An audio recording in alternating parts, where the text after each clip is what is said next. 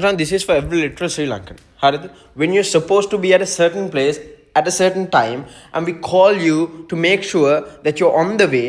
Harid, අපි call එකක් දීලා අහනවනේ කොහෙද ඉන්නේ කියලා. Don't freaking lie.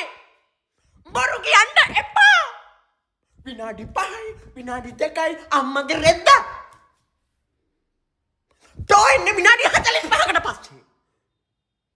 ඇත්ත කියපන්. මොකද තෝ විනාඩි 5යි කියලා විනාඩි 5කින් එන්න බෑනේ. කියපන්. මට අම්මගේ මම්මට රිදෙනවා දොස්තරට පෙන්නලා ඇද්දි විනාඩි 45ක් යනවා. ඉවරයිනේ.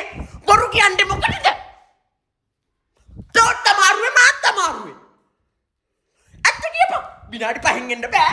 මට පරක්කු වුණා මට බින්ද ගියා. ගෑණි කෝල් කරා. මොනවා කියපන්කෝ. ඇත්ත කියපන් වෙලාව. විනාඩි 45 විනාඩි 20. කොහොම මොකක් කිව්වද එන්න යනවා නම් විනාඩි 30ක් එන්න බැයි මම.